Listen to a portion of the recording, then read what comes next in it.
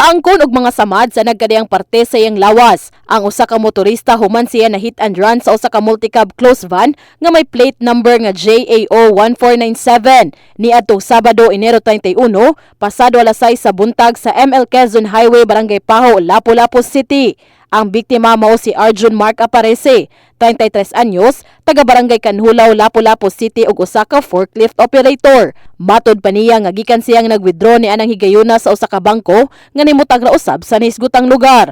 Sa dihang nakasakay na siya sa iyang motorsiklo, nakita niya nga nag-go pa ang mga sakyanan gikan sa merkado, hinungdan nga nagdali siya padung sa may Center Island tungod kay mo U-turn siya sa unahan.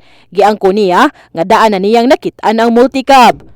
Moto nagkabantay ko ng libusina siya, pero layo ra gud, nagdagan ko ipakusgan ako karon di ko maabtan. Nagtanaw ko diya sa suyo nagsulod ng minivan. Pagka kita nako tanaw nigukot ni anas kilid nako ni converted di kalitan ko anak sa kuan kanang napiit ko sa Center Island dapit niya di naingo ko siyang may kilid motong largo kog lamba.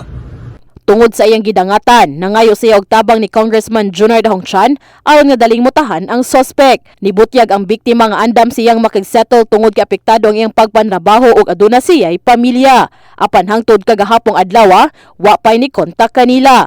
Matud usab ni Police Captain Edsel Petesio, ang spokesperson sa Lapu-Lapu City Police Office, nga way nitahan sa mga police stations. Kung dili mo tahan ang suspect, sigon pa sa biktima nga mapugo siya sa pagpasaka og kaso. In the heart of changing lives, kini si Brigada Crystal Joy Felerca, alang sa 90.7 Brigada News FM Cebu, the Music and News Authority.